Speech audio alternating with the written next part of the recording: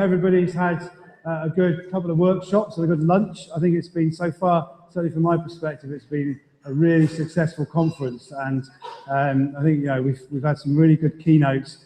And we always used to say some of the most productive conversations take place during coffee and tea and lunch and all the rest of it. That's certainly been the case today, but we've had some really good stuff going on as well.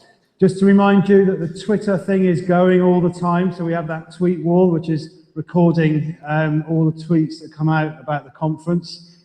So the hashtag TBAPConf15, do use that. And if you haven't got Twitter, then do sign up, because we seem to be using it quite a lot at the moment in our sector, from what I can see, which is good news. Okay, so moving on to this afternoon's sessions. We've got now a really, really special keynote.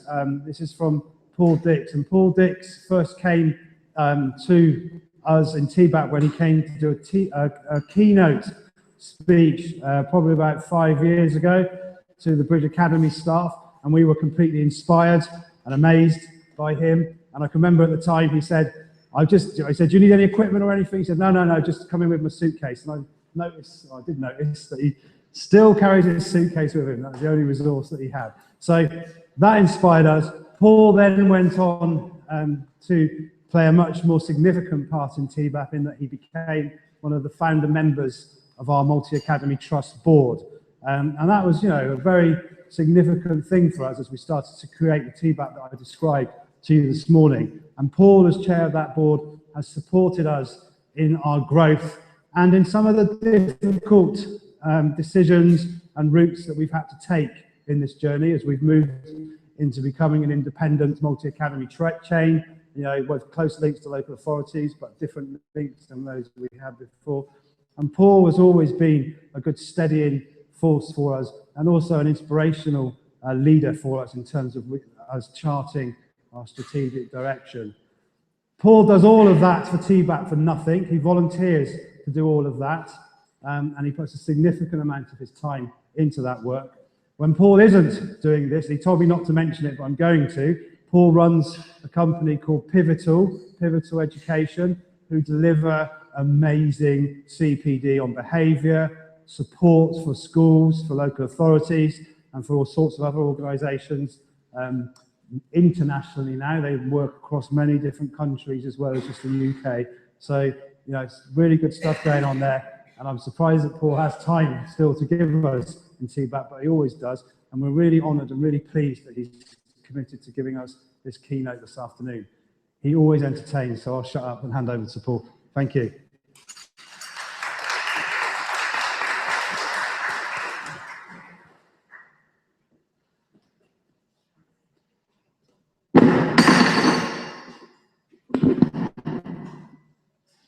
It's parents' evening. And on that parents' evening, I see a face at the door. Sean's mum. She don't come to parents' evening. I mean, I haven't seen Sean's mum before. But Sean's mum, you phone her up, she's not there. You try and get in touch with her, she won't reply, and there she is. And I know why she's come. For one last chance for Sean. I know why she's here.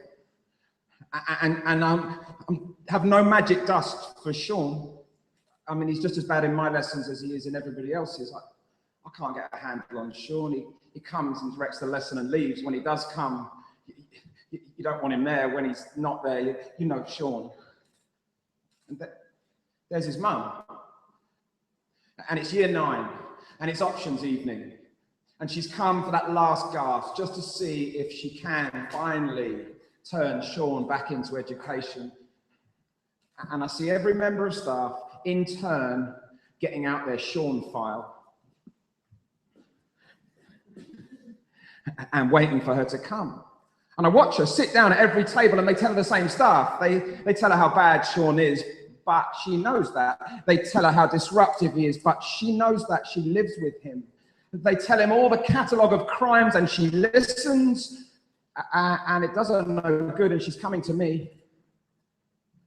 And I have the same list of crimes for Sean. I don't have anything special. And she's coming to me, and I don't know what to do. I'm genuinely conflicted. I don't know what to say to her. So I decide to lie to Sean's mum. I mean, it's not a big lie, is it? It's a little lie. It's a white lie. It's a kind lie. Focus on one lesson where he did engage, one lesson where he was productive, one lesson where he collaborated, one lesson where he actually focused on the work, and I explain it to her in detail, and she listens to me open-mouthed, and she's gone. Next morning, Sean's in school early, right? Because he's looking for me. He's looking for me. He finds me in the corridor. What did you tell my mum that for? Don't you ever tell my mum anything good about me ever again? And he's gone. I think, no, I've done it. The path of good intentions. No, maybe I should have just told her the truth. And then there's someone else looking for me. The head of year 9 looking for me, right? You know, when you see a senior manager with a smile on his face looking for you, it's a bad idea. It's bad news, right? He says, Mr. Dix, congratulations. Sean has chosen your subject for the next 2 years. No. I don't have magic dust. But we work with Sean. And I say we, because this isn't a story about me. This is a story about a group of year 11s who pulled Sean round. This is a story about a little hook that stuck into Sean on that night where I focus on the good stuff and he doesn't want to hear it. That little hook that says, you're good at that. Come with me. And we work for 2 years, all of us. And sometimes he's not there and sometimes he wrecks the lessons, but we build it slowly. And at the end of the 2-year course, he gets a C grade at GCSE, and people out there don't understand what that means, but you know what that means. You know quite well what that means. He's got something. He's got something to take to try and get in somewhere else. The last time I met Sean was 5 years ago. He's working as a theatre manager in a theatre. Sean, that can't be right. How? Because he's discovered some natural talent in theatre? No. Because he was always good at my subject? No. Because someone's gone, you're good at that, come with me. And it's a nice story because it completes. But even if it didn't, he would have felt that feeling of success, that little hook in him that says, I believe in you. When the adults change, everything changes. When the adults decide to put a hook in rather than waiting for that sort of Kes moment, where you find the diamond in the rough. Once we stop pretending that's going to happen and we just stick a hook in our learners and say, you're good at that, come with me. When the adults change, everything changes. First time I went to work, I met kids like Robert. I used to think I was a bad boy. I used to think I was a bad lad running around London when I was a kid. But Robert's proper bad. He makes my bad look amateur. It makes my bad look pathetic. I thought I used to be bad. Running around London, bunking off school, cadging 10p's off dodgy geezers in Soho arcades. There's a safeguarding issue for you. I thought I was bad, but I wasn't. First time I walk up to Robert, I said to Robert, will you take your coat off, please, Robert? He tips his chair back, tips his table up, runs out the room, swearing and cussing, runs across the school, jumps into the skip and sets fire to it. And I'm stood there going, I only asked you to take your coat off. And don't understand, because I've been lucky enough not to have an upbringing that Robert had. I don't understand because I'm not wise. I don't understand how you get that mad acceleration. First time I met Robert, I got so angry with him that at the end of the day, I marched down the school drive and a member of staff came up to me and said, where are you going, Mr. Dix? I said, I'm going to go and see his mum. They said, I'll come with you then. And they taught me. And I began to understand Robert. And I began to understand that Robert doesn't follow rules, he follows people. So he's not going to change until the adults around him change. I've got a newly qualified teacher. She says to me, how do you deal with Robert? I said, what do you mean? He comes into my room, wrecks it. He doesn't even look at me. How do you deal with Robert? Come on, Paul. You're the behavior guy. Give me some behavior strategies to deal with Robert. I said, what you're going to do for the next week, you're going to stop Robert in the corridor, or at least when you walk past him, you're going to say hello. I said, no, I need a behavior strategy. Do you know the toolbox thing? I said, no, could you just try that for a week? Just say hello to him. So she says hello to him every day for a week. He says nothing to her, blanks her completely. She comes to me at the end of the week. She says, Paul, can I have a strategy? You know, the stuff in the toolbox. Why are you keeping it from me? Come on. Give me some. I said, you carry on. Say hello to him for the next week. She says, he's wrecking my lessons. I said, but there's no shortcut to this. Robert doesn't follow rules. He follows people first, and then he'll follow your rules. So you carry on doing it for a week. He says nothing to her at all. She comes to me at the end of the week. She says, Paul, you're not very good. You're supposed to be this is ridiculous. I keep saying hello to this kid. He keeps blanking me. I'm making myself look a fool. I said, you carry on. She said, I don't want to carry on. I've done it for 2 weeks. That strategy doesn't work. I said, why don't you just do 1 more week then? So she says hello to him Monday, Tuesday, Wednesday. On Thursday, she walks past him in the corridor. She says hello to him, and he turns on her. Why do you keep saying hello to me? And she's got him. And you understand that. You understand that the door's just ajar for Robert, right? That this adult might be of interest, that this adult might care more than the rest, that this adult might not be going away, that this adult might be someone worth investing in. So she carries on saying hello to him. Then they're having lunch in the lunch hall together. A week later, he walks into her class. There's another kid standing on a table, and he turns on the kid. Get off that table. You behave yourself, a miss.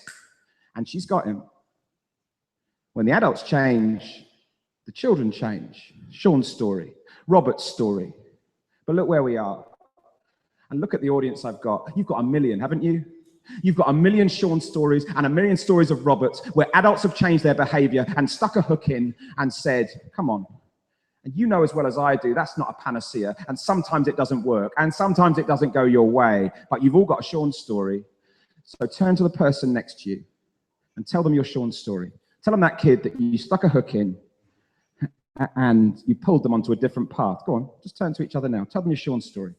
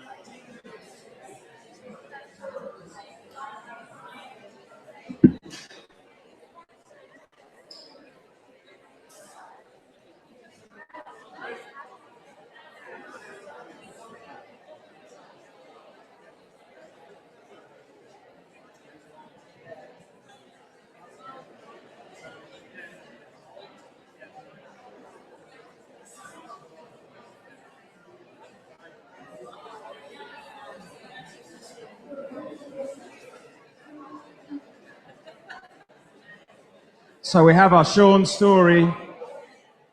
Difficult to drag you away from it too. We all have that story. We know the answer to this. We know the answer to it. And yet so many people ignore that answer. So many people search for a new solution, a new set of rules, a new policy, a new this, a new that, something sparkly, something different. We know what works. Proper relationships built over time, adults who are humble, adults who are patient. I was speaking to a teacher from Enfield Proves the other day, and I said to him, go on, what's the one behavior? What's the one behavior that helps you more than anything at all? He said, I never knew how patient I would have to be. And patience is key to that.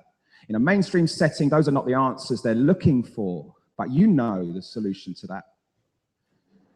4 years ago, 5 years ago, I got a phone call at home. And it's the DFE on the phone. Now, you might imagine that's not a normal thing. That's not a normal thing for anyone, right? I don't have a red phone on my desk, okay? This is an odd thing. They said, Paul, can you come in? I said, yeah, we can set up an appointment. That's fine. They said, no, tonight. I said, what have I done wrong? Have you finally caught up with me? What's going on here? They said, can you come in tonight, 9 o'clock? 9 o'clock at night in the DFE. I said, what is it? They said, we can't tell you. I think, what's going on? What's going on? I go into the DFE. I go 4 layers below street level. I meet a woman who's barely seen the light of day in the last 5 years. Her voice is so plummy, I can just strain to understand it. She says, we've done the behavior standards for teachers. I said, yeah, I've been hearing about that. You've had a big committee doing that. They said, yeah, we're not very happy with them. I said, what do you mean you're not very happy with them? They said, well, it was actually Charlie. Charlie said you might like to have a look at them tonight. I said, I'd love to. Yeah, could you rewrite them for tomorrow morning? Now, I'm not sure how much you know about, being that kid running around London at 14, for somebody to ask me to write the standards for teachers, that's it. That's it.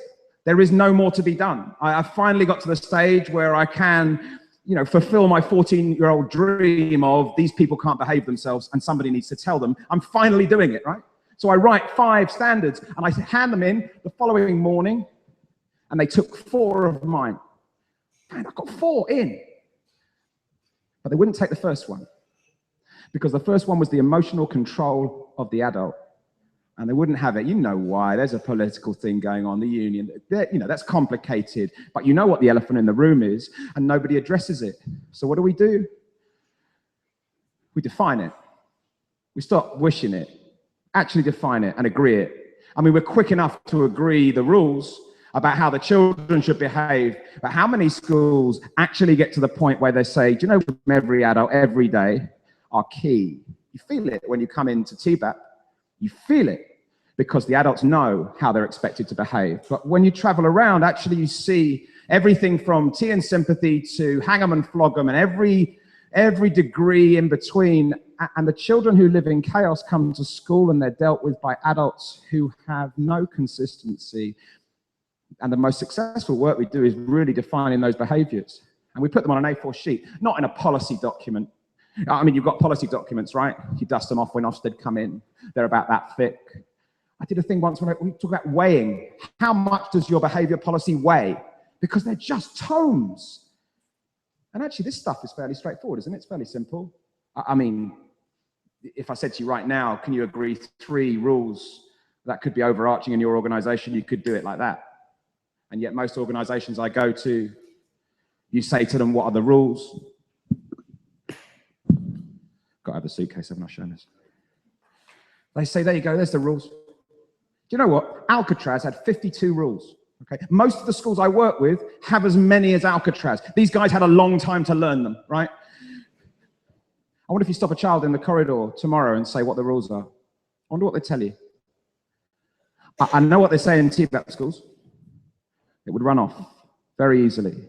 I wonder what your learners would say to you when you ask them what the rules are. I wonder what your staff would say are the rules. I wonder if you even know them. Lots of people in here would have written them yourselves. Can you really remember what the rules are?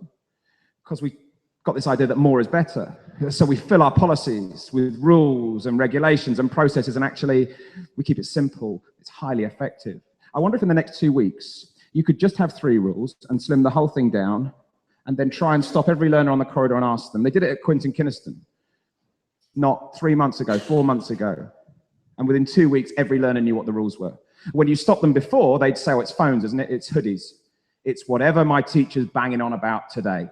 It's whatever's happened since I've walked in the door. Actually, let's clarify this stuff. And while we clarify the rules for the learners, let's clarify the behaviors that we want staff to use. So, with your partner, I want you to give me 3 adult behaviors that are the most important when dealing with your learners. And I want 3 adult behaviors that if you could ban them, you would ban them immediately. Go, 2 minutes. 3 to keep, 3 to throw away.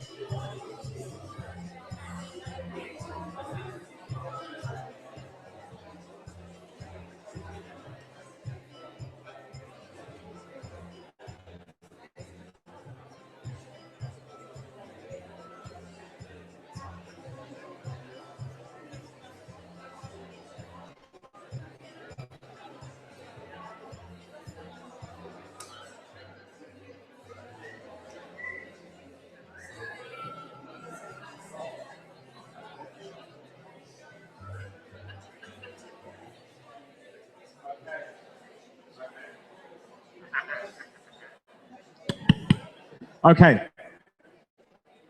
Can I draw you away from that? Just, it doesn't take long to define them. What behaviors are so corrosive we should just ban them if we could? Anyone? Blame. The blame culture. Blame another teacher. Blame a member of staff. Blame the community. Blame the children's situation. Blame. First job I ever took, the deputy head sat next to me at lunchtime. On the first day, he said, Paul, you're very enthusiastic, you're young, but don't bother. My first day, I said to you, what do you mean? He said, don't bother. He said, you're serving that estate and that community. He said, you won't change anything. And luckily, I'm one of those people that if you say that to me, I'm determined to change. Blame. What other things will we get rid of completely? Yeah, the patronizing tone. Go on. The sarcasm. The gentle humiliation that seems jocular to the adult but not to the child. What else would you ban? The negative assumptions, because you live, because you come from, because, absolutely. Go on, one more. Shouting. Talk about emotional resilience. And then we're surrounded by adults who scream and shout and lose their, it doesn't make any sense. It's like trying to teach emotional intelligence through a worksheet. Sit down, shut up, do your resilience work. It doesn't work. I want the children to be surrounded by adults who have the same patience as that member of staff I was talking about earlier. So patience could be one. What's the good stuff? What do we really want? What's in your top 3? Even when they're telling you the nonsense, even when it's the lie, even when you don't want to hear it or you've heard it 1,000 times. Absolutely. What other things are central to the work you do? Yeah, sense of humor. But because that breaks it, go on, give me another one. The praise, the consistency, the thought that the person next to you is saying the same thing as you, that we are a wall of consistency and calm. The idea that you hang a banner above your school and you say, this is how we do it here. The behaviors you use outside in the community with your friends, they might work for you, but you walk through the doors of this institution and there are different things at play. Go on, give me other behaviors we really want. Letting things go. Adults, letting things go, not holding a grudge, not holding it over to the next day. The self-awareness to know you have to change yourself in order to meet the needs of the child. Give me another one.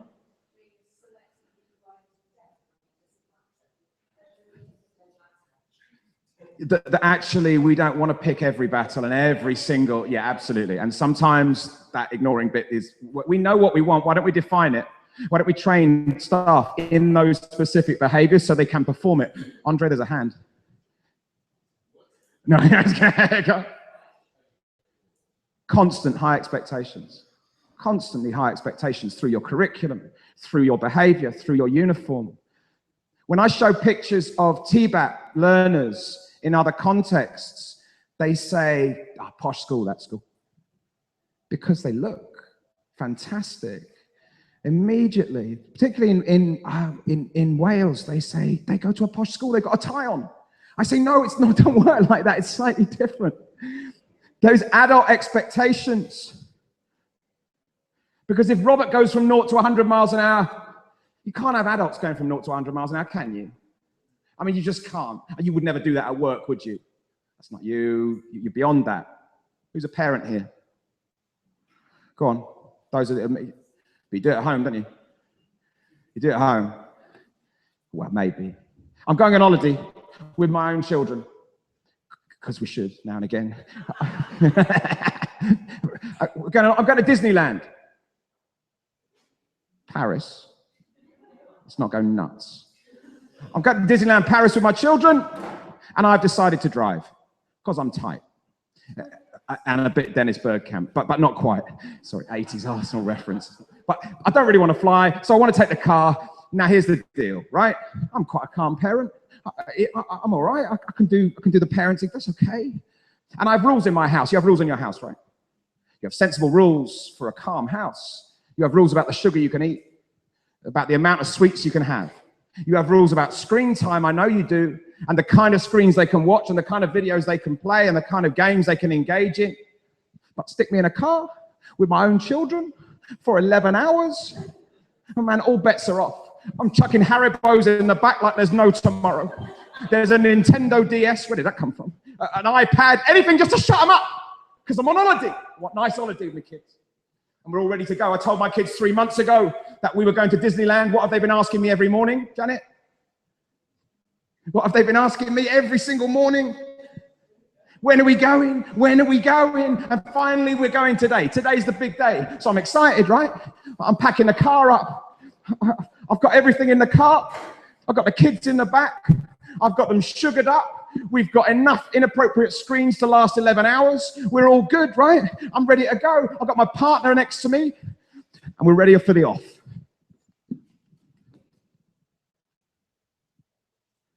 Sports car.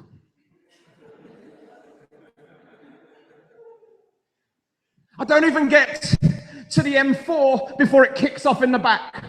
So what intelligent behavior strategy do you use with your own kid? You're so right, Janet. You stop the car. We're not going. Kids in the back. We're not going. My partner sitting next to me in the front. Really? We spent quite a lot of money on this holiday. That's quite a rash decision. 0 to 100 miles an hour because it feels good. But great behavior management is counterintuitive. What feels right to do in the moment is never the right thing to do. What feels like the emotional response is never the response that's going to be productive. But we do it constantly. And there are adults in your institution that do it by default, almost as if a punishment's going to work. And the ferocity of my emotion is going to work. But if it did, this would be all over, right? We wouldn't need to look at behavior. We just punish children, they turn around, but it doesn't happen and it doesn't work. I see people, fully grown adults, doing it with very small children, 3-year-old children. They do the same acceleration. They say, if you don't clear that mess up, if you don't clear that mess up right now, Granny will slip on it and she will die. And you're going to have to live with that for the rest of your life. 0 to 100 miles an hour. There's an insanity about it. But there's also a deep philosophy that says punishment works. And we have to get beyond that. We must get beyond that. Because we see a punishment road emerging where children are passed from person to person and school to school, waiting for somebody magic, waiting for someone to solve the solution. They do it in mainstream schools. They pass the buck. Get out of my classroom, go and be disciplined by someone else who'll bring you back in 5 minutes, humble, apologetic, and ready to... It doesn't work.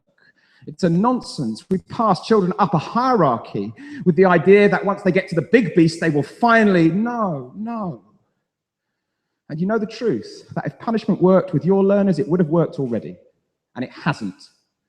And so why do we perpetuate the same philosophy? We can't allow that to underlie what we do. When we do, we just replicate a mainstream setting. We are better than that with our learners. We're better than that at meeting their needs. But we need to be tight with our adults to make sure that they don't still rely on that philosophy that they were taught by, that they don't have the language that becomes a default for them, which is the language of their teachers. That the idea that punishment is going to get you to where you want, and that's all we've got, is dead. They want a policy where therapeutic approaches are valued, not as an add-on, but as an integral part of what we do. We don't want a behavior policy that stretches and stretches and stretches until it encompasses every possible combination of children and need. We want to bring children under that behavior policy by using the therapeutic approaches to bring them in. And we've kind of gone full circle because we used to value that, and we value it in TBAP, and many other schools value the therapeutic approaches, not as a fluffy thing, but as something that's actually evidence-based and actually allowing those children to operate within our behavior system. We want problem solvers, don't we? We want problem solvers in our staff, not process monkeys. I mean, you can set up a policy for process. Have you seen, I'm sure you have, policies that have tariffs. If you don't do that, you get this. If you don't bring a pen, this happens. And you see teachers going, right, what punishment do you get now? They've stopped looking at the child. They've stopped looking at the relationship. They've stopped looking at meeting the need of the child. They're trying to meet the need of the process. That's a madness. I don't want teachers who think I've got to follow a process to exit this child from my classroom. I want teachers to look at a child and think, how can I meet their needs right now, right in this minute? And I've got my policy as my backup. And I need some of that when things really go wrong. But actually, my first call is being a problem solver and not relying constantly on the process.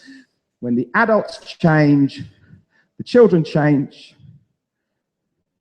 And yet some schools are still based on ritual humiliation.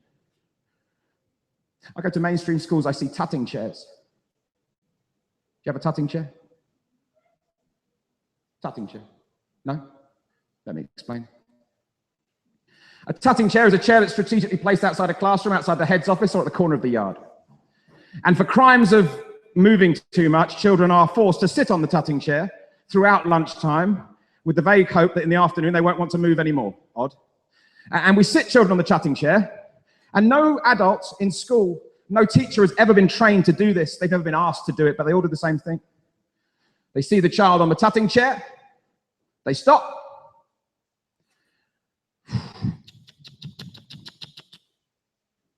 We make them famous. We make them famous. Interesting. We make children famous for doing the wrong thing. They do it in classrooms. They put names up on the board. They put smiley faces and sad faces. Do you know what? It's much easier to be famous for being naughty than it is to pick up a pen and do your maths work. And if you get your sense of belonging and your importance and your place in the school by being the baddest, the worst, the most difficult, no amount of praise, stickers, or cash will ever persuade you to take another path because it doesn't compare. I mean, I know the positive stuff, but actually I'm getting everything I want from this sense of importance from doing the bad things. We see it in mainstream schools. Children are called out in assembly. In front of 500 children, 3 children are called out. And they walk down the aisles like this. We made them famous. We gave them a label, and then we expect them to change it for themselves. But the adults need to change, and their expectations need to change. But that sense of importance we can work with. That sense of importance is critical to what we do and can be worked upon. I go to the petrol station. The guy gives me my credit card back. He says, "Thanks very much, Mr. Dix." I think, how do you know my name? But he's read it off the credit card. That never happens, right? I mean, it never happens. Last time you went into a petrol station, I know what happened. The guy's got, they're about to take your payment. He doesn't look at you in the eye. He deliberately looks away from you. Put your number in the machine. Doesn't even look at you. He's doing that. I'm not watching. He says, remove the card. I says that. He doesn't even look at you. Nothing. No sense of importance. No little frisson of excitement. I go to a restaurant. I went to the same restaurant a month before. I walk in the door, the maitre d' says to me, "Mr. Dix, your usual table." I feel like $1 million. I feel like a king. I'm thinking, Nando's has gone up market, hasn't it? That is odd. That little sense of importance. And yet, what do we do in behavior policy? We flood it with rewards, with the vain idea that children will suddenly turn onto the good path because we pay them enough or we give them enough. Total nonsense. I was talking to Tony earlier about Alfie Kohn. And is it ruined by rewards? It's a nonsense. Children don't want rewards and prizes. They want a sense of importance. They want a sense of value. They want pride and recognition, what you want, what I want. And yet we base behavior systems around point scoring and golden time, don't get me started, in terms of ritual humiliation. That's amazing, isn't it? The golden children in one room, the non-golden children looking through the window. Oh, I wish I was golden. You know, it's just a nonsense. We must start paring back what we do to make it simpler. What do teachers need to know? That children like to feel important, that they all feel important for different reasons, that children like a sense of belonging, and the best reward you can give a child is talking to somebody who matters about them and allowing them to have that sense of recognition and pride. That's at the core of it. I've got 2,000 children in Pitsea in Essex. And we file them in. We give them a list of all the rewards that you could possibly have. Cash, money, tokens, time, the little stuff and the big stuff. We give them a list of the whole thing. And we say to them, right, choose 3. So they choose 3. And at the end of it, we've got 3 right at the top, and they're really surprising. And I go to a conference with independent school head teachers. And one of the guys talks to me afterwards. He says, I'm the deputy head at Bedales School in Hampshire. Exclusive independent school. He says, can I have your list? Because I'm really interested to see if our learners will have the same top priorities as the kids in PTSA in Essex.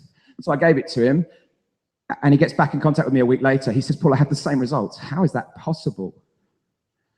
So number 3 on the list, praise. Proper praise. Proper praise is praising learners when they've gone over and above. There's the key. It is not praising learners for minimum standards. Thank them for turning up. Praise them when they go over and above. Set your boundaries, set your standard, but constantly reinforcing those that go over and above in everything you do.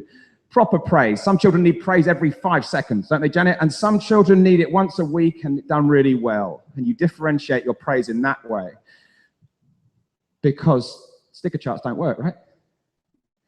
Because the most difficult children get the most stickers. If it's a competition, nothing wrong with giving a child a sticker, but if it becomes a competition, it's a game. I'm not gaming it. Number 2. Go on then, what was number 2 on my list? Anyone? Have a guess? Attention. Phone call home was number 1. The number 1.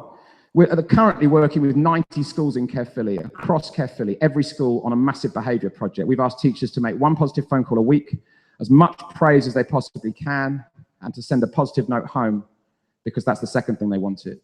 Simple stuff. Not revolutionary, not rocket science, simple stuff. We need to stop looking for a magic answer, because we know what the answer is to this. The effective recognition, effective communication with home, and actually talking to the parents are utterly key. Token economies are corrupt, totally. They just want that little bit of importance. I'm in Wolverhampton. Yes, I get to go to some lovely places. I'm in Wolverhampton, right? I'm in Wolverhampton, and I'm doing a project called Dying to Drive. Okay, we've got twockers. Anyone? Taking without consent. When I do a mainstream audience, they go, no idea. You're like, yeah, we know that. So they nick cars, they drive around the estate, they burn them out. And they think it's fun, but of course there are victims, and it seeds fear through the estate, and people die, and we're trying to stop it. So we're doing a project with the police and the fire service. The police are doing the jaws of life. Let's cut them out of a car, show them how that works. The police are doing hair them and scare them. Here are the pictures of the victims and what happens. And I've got them first. And there are 50 of them. Young offenders, 50. Some of them have come out for the day. Others are on tags. And they're all standing in the corridor. I've got them first because I'm the teacher, right? I don't know what you'd do. I don't know what you'd do. What? Would you stand at the front? Tricky. Would you put your hand up to get them quiet? Would you do a countdown, 5, 4, 3, 2, 1? You'd be risking it. We'd be risking it, wouldn't you? I can hear them in the corridor. They're chuntering. I can hear them chuntering in the corridor. They have very much been forced to come and listen to me speak, okay? That this is not a good situation. And, you know, I'm a primary school teacher at heart. So I reach back into my primary practice. I think, maybe I'll just take a risk with these learners. Maybe I'll try something that works for small children. Maybe. I clock the name of the first kid. He's called Ryan. And he walks in. He walks in, and the hall's set up like this. He walks in, takes his pause, gives me that look. Walks down the line, walks across, puts his coat on the back of the chair, folds his arms and stares at me, kissing his teeth. Like that. So I got my pen out. I wrote his name on the board. He's straight up out of his seat. What'd you put my name on the board for? I've done nothing. I just walked in. What'd you put my name on the board for? Take my name off the board. Take my name off the board. Prison officer sitting next to him. Bloody hell. I've only been in 20 seconds. It's kicking off already. I said to him, Ryan, I said, you walked into the hall, you gave me your full attention. I said, you walked down the line of chairs, you didn't disturb one of them, you stuck your coat on the back of the chair. And even though you don't know me, you lifted your eyes to listen to me and showed me a little bit of respect. I said, Ryan, I stuck your name on the board because you're spot on, son. You're mine. Got my name on the board, is it? He starts calling to his mates. Here, sir, sir. Sir, who am I? Some bloke at the front of a hall. Sir, where did I get that from? Instant, sir. Can Ishmael have his name on the board as well, sir? I said, no problem at all, Ishmael. You look like a fine, upstanding member of society. I'm writing his name on the board. We're 2 minutes in. I've got 20 names on the board. I've got 50 young men going like that for half an hour, because then it unravels a bit. But let's be honest, right? But I get them, and I show them a little bit of overt respect, and I show them a bit of kindness, and I get that little bit of rapport from them. Why? Because I followed a policy? No, because I've just noticed them enough and give that little sense of importance. If your school policy is not based on recognition and a sense of importance and a sense of belonging, you're wasting your money. You're really wasting your money. And I know that other stuff sounds amazing, the computer solution, the e-solution, the thing you're subscribed to, all of that all sounds fantastic. In reality, it's doing exactly the same stuff. I give a learner a positive note home. People say you could do that by text. I could do that by email. Oh, you could use this news service. It's called Marvelous Me. You could use that. I said, okay, but why can't I just use this? Because actually, these are really good. Oh, no, we've got a new solution for that. I said, no, you haven't. You just reinvented something that didn't need reinventing. Because you know what? A positive note is the most powerful thing. I've only ever used 3 things in my entire teaching career: praise, positive notes, phone call home, done. I'm not interested in an electronic solution. I'm not interested in anything else, because this builds connection with young people. What's your first name? I'm not proposing, Mahab, but I am going to go on one knee, all right? Although you never know, you're a good-looking man. So, this moment here, where I say this is you, fantastic, fantastic. You have gone over and above this week. Your peer assessment was outstanding. You helped me put the sports equipment back into the shed. And that piece of writing you did for me was fantastic. Can you take that home to Mum, please? And tell her how proud I am of you. That moment there, you cannot fake that moment. You can't do it by text message. That moment, you look someone in the eye and you give them something, and it's tactile, and something beautiful happens. Mahad goes home. What does he do with it? Hey? Not we, eventually. Because the first thing he does is, look! Mr. Dix says, I'm going to be a Nobel Prize winning scientist. Look, look. He says, look. And then he does that.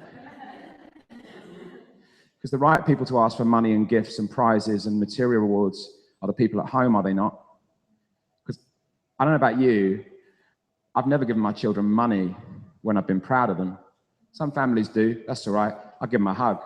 I'll let them stay up a bit late. I'll take them out. I don't need to be a rich man to make my children feel worthwhile. And Mum sticks it on the fridge, and every aunt, uncle, and granny and grandparent that comes round, they say, there's my son, fantastic. They say, good school, that school. That's a good message. That's better than an advert on the back of a bus. Good school, that school. Good teachers, those teachers. Do you know what? They tell me when it's going well. Same old, same old, same old cliche. They tell me when it's going well.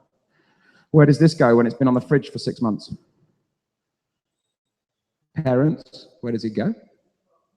In the special box, in the special file. I had a girl called Uzma. She's 18. She brings me a record of achievement. It's like that thick. I said, Uzma, what's in this? Come on, let's clear this out a bit. You know what she'd done? She put in every single positive note she'd ever done, ever had. I said, you keep them in there. Great community work, great effort, great self-control, great achievement. I said, that speaks louder than anything I could write. That speaks volumes. From that, and you know what Robert does when he gets one of these, right? I can't tell you how many homes I've visited of children who've done that with a note. And you go into the house and there's nothing there. And you go into the house and it's all been sold. And there's a mattress on the floor of the kid's bedroom. And every time behind the bed, on the wall, are these notes unfurled. Don't think just because you give something and it's not accepted gracefully, that it hasn't worked. And you're right now thinking of the exceptions, aren't you? You're thinking of those young people who don't get that at home. Well, that's why we patch it in school. That's why we will provide for those children that moment of pure recognition, that moment of pride, and we will do our level best to do what some parents aren't yet able to do. But you know what? I'm not happy with it. And a friend of mine in Birmingham said, Paul, your positive notes are good, but they're not about learning. And I thought, you're right. Actually, with the very smalls, the behavior thing is okay. But once they get to year 3 and 4 and 5 and year 7 and 8, they don't want good boy, pat on the head behavior. In fact, what we're about is not drumming the behavior thing. Charlie talked this morning about behavior being a millstone around your neck. Well, it certainly is if people are still talking to you about behavior, day after day after day after day. What TBAP does so successfully is funnel that into learning and have learning conversations. Talk about adults behaving together in a deliberate way. I don't hear behavior conversations in TBAP schools. I hear conversations about learning. So my friend Karen said, Paul, I'm going to redesign your positive note. I'm going to do something a bit different. Let me know what you think. So now she does with her positive note what I do with Sean by sticking a hook in him. I say, you're not just well behaved, you're good at that. Do you know what? There's the hook. You could be really good at that. That's a bit of a skill. You're getting better and better. Belief and the little hook. I tell you what, if you believed you were good at something, if you believed you were successful at something, if you believed, you might go home at the weekend and do more work. This is bizarre. This is odd. This is madness. Because we've gone from giving children money and stuff and prizes to more work, rewarding them with work. That's insane. Well, you decide on the culture in your school. Because on the back of this positive note, there are challenges. And you don't have to do them. You could just stick that positive note on your wall. You could say, I'm not going to do any of the extra work. I wonder how many of your learners, if you told them they were good at something, would go away at the weekend and do even more work on it with no thought of reward, with no thought of prizes. I know what it sounds like sitting here. Why don't you just try it? What about if 10% of your learners did more work? What if it was just 5%? It'd be worth it, wouldn't it? The QR code on the top right means the parent can scan it and see the work that this note relates to. There's a 24-hour turnaround guarantee because if you do more work for me, I'm going to make sure it's marked quick. Here's the truth. If you tell me I'm good at the guitar, I'm not. If you tell me I'm good at guitar, I will practice all weekend. Not because I'm getting the band back together, not because I'm going to be the new member of One Direction, not any of that. I don't have dreams of money and fame, but I want to be better at it. Why couldn't we sow a culture of that? Because the rewards ends up in madness. And 52 rules is madness. And every adult behaving differently is total nonsense. Once we start slimming our policy and directing it to what we really want, which is the learning, we're not here for behavior, we're here for learning. Once we shift that culture in our schools, we start to be able to change individuals, change cultures, and change the expectations of the staff. That's a really nice little idea, but you're not going to do what some teachers do, because that would be odd. You're not going to come to me at the end and say, can I have a copy of all your... No, you can't. Because you're going to do this for yourself, because the people I work with are not the children you work with, and you have different contexts and different... But every teacher do one of those, you could have that done. You could have appropriate, positive reinforcement, done properly, with a focus on learning and a focus on telling learners that they're better than that, and it's going to beat point systems, it's going to beat star and sticker systems. Actually, it's the stuff we know that works. And we need to focus back on that. I do a lot of work with schools around changing adult behavior. And I just want to give you a couple of examples of how impactful that is. I was in a school 3 weeks ago, right? 3 weeks ago in a primary school. And I noticed that the children were walking around the primary school like this.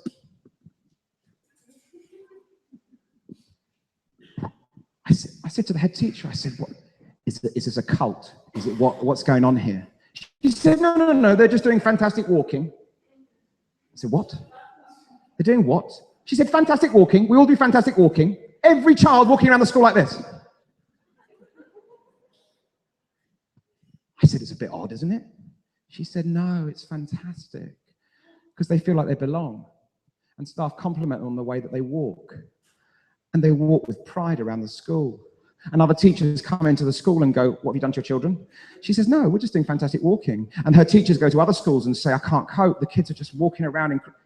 She concentrates on one thing, makes it clear to all staff what that one thing's going to be, and pursues it until she gets what she wants.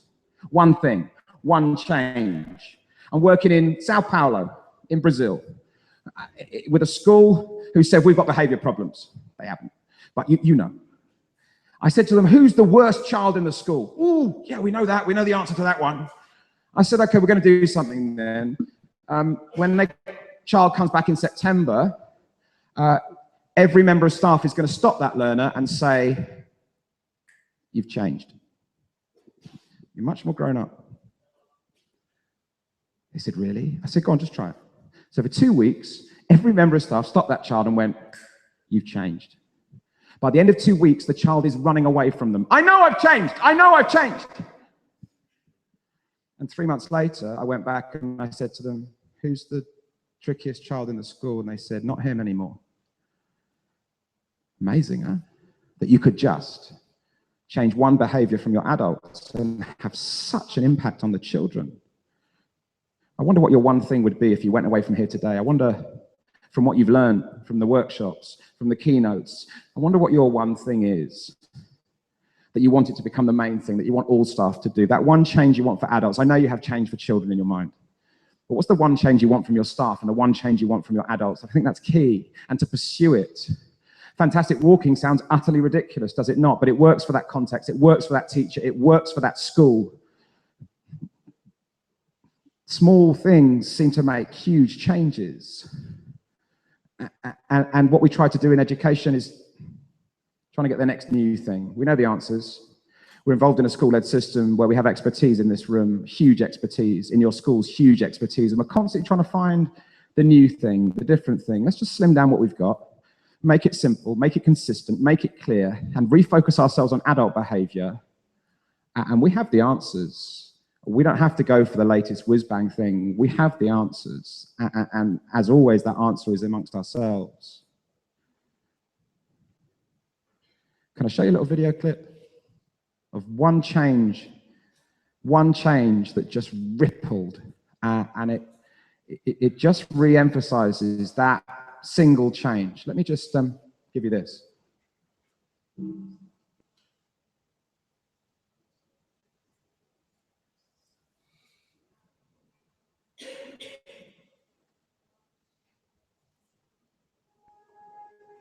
From what I understand, his father passed away, and he would have pictures of him in his locker. Some students thought it would be a good idea to rip down those pictures and harass him and bully him for missing and loving his father.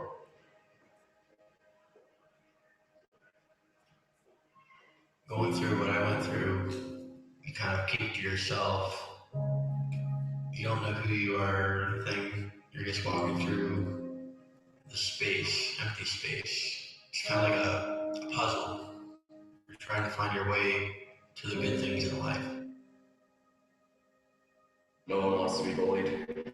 Everyone wants to feel like they mean something to somebody. It's definitely a hard 4 years of your life, you know? Even like a few words can affect someone so negatively. I'd sit in the cafeteria alone, wouldn't talk to anyone, even if people invited me to sit with them. I didn't feel this was my place to be, you know. Coming to a city school, a lot of people said you're just going to make it worse. I didn't know what else to do for them. So yeah, I just took the jump. I was pretty scared, you know. I kind of thought the city experience, maybe bigger high school rather than a small town high school, it just might be better. I hope that attending the school, I would be treated like everyone else, I just wanted to make it and just get on with it. I was sick and tired of being no one. I wanted to be someone and wanted to reach out to people and show who I was. I just remember at first they called him the doorman. They thought he was weird. It was definitely kind of weird. It took a while for people to adjust. But once people realized that he was continuing with it, it almost became something to look forward to in the morning. Like, you walk up the stairs and you know that Josh Yance will be standing there with a big smile on his face saying good morning. The first few weeks when I started doing it, they were kind of shocked. Not many people hold doors, right? But after that, people started to open up to me. Opening a door is more than a physical act. It's like putting yourself out there, getting to know people, making them feel comfortable, making them feel welcome. Opening doors, it gives people hope that people care. I think that was his way of saying I'm here and I'm not going to be invisible anymore. He literally just by pulling doors and saying good morning, he made a drastic change in his life. It was definitely a positive effect. Like, it made people want to do nice things for other people. Like, he set a good example for other students. Everything changed huge. I mean, everyone said it, all the teachers, the students felt it, they talked about it, you know, that he changed things in the school. And he was a changed Josh.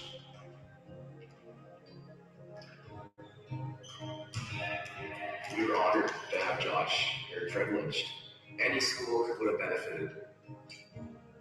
I think prom king was a way to say thank you from the students and the staff. So when he won, it was like his moment to shine. When we heard Josh Yance being pulled out, it was like pretty much the whole everyone should have just ran up there and been prom king because it felt like everybody won. Yeah, he's standing tall and straight, he's got the big grin on his face, and got the crown. I never expected to get an award or anything like that. I was just happy enough to make it through. Just 1 year and things are totally turned around, totally. And it would have been fine if the story stopped there. It could have, and it would have been okay. And he still would have been the same person. All right, guys, so now is the moment. Let's all line up this side of the room. Once we're all lined up quietly, we will head down to the gym. I would have never thought he would be a public speaker because he had been so shy, but he took to public speaking like a duck to water. He draws them in, and it's this aura, it's this personality that he exudes. He's been there, and so they relate to him in that respect. When I heard your story, it kind of made me feel like I could be more like myself. It changed the way I thought about things. It changed the way, like, how I felt about myself. I personally think that you shouldn't let what's going on around you affect your personality or the way you act. I think he shows him just being courageous. You know, don't let the bullies get you down. Just, you know, fight back in your own way, maybe with little times. It's amazing how just one simple act can change your whole life. I never thought doing something so simple could be so rewarding.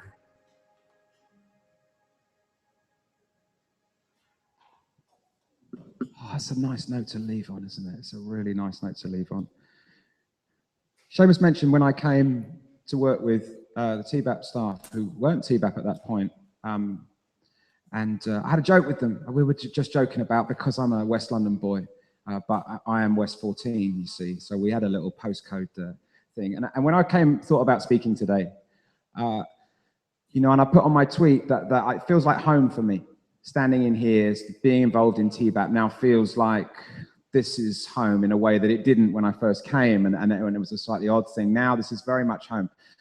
the work I do for TBAP and the work that's going on in TBAP is the stuff I'm probably most proud of. It's incredible that you do experience what I've been talking about here. You see those young people at the moment of crisis being dealt with by adults with the same patience, the same humility, the same listening. And it doesn't matter who you get dealt with in TBAP, you get the same philosophy and the same message, which is why our schools are so bound together, not just in a trust, but in terms of their philosophy and their daily practice. And that routine of daily practice is so key to what we do. So it's been a privilege speaking to you today, but I don't get to speak to you today without a huge amount of organization behind it. And as we come to the end of this conference, I just want to give a few thanks to a few individuals and just to show our appreciation, if we could. First of all, and the biggest thanks needs to go to Sarah, who has organized the entire thing and transformed the Bridge Academy into a conference venue. Let's give her a round of applause. Absolutely, I think we should.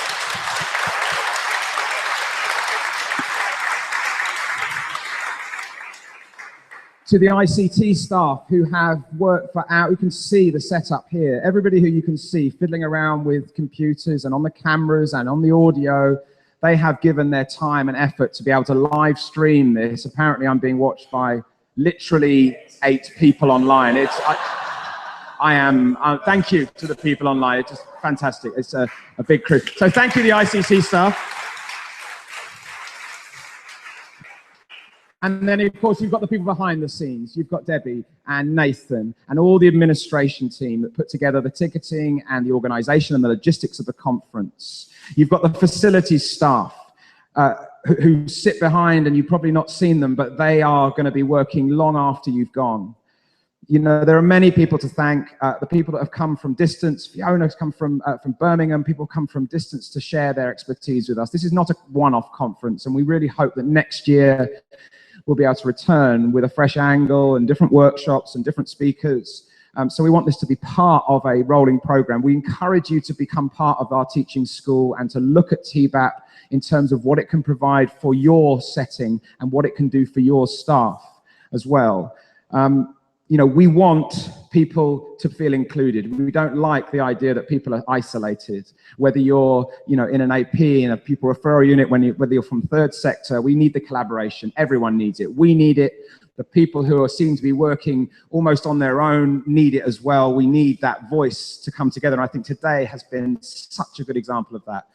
So I thank you for listening to my strangeness. I thank you for coming to TBAP and contributing and collaborating with this event. And I encourage you as you leave here today to tweet it up and let people know what this has been like and what the experience has been. I can feel Sarah's eyes burning into my head. You must do the evaluation. You must, otherwise I'm in trouble. And please leave your badges as you go out. And thank you so much from all of TBAP for coming today. Thank you.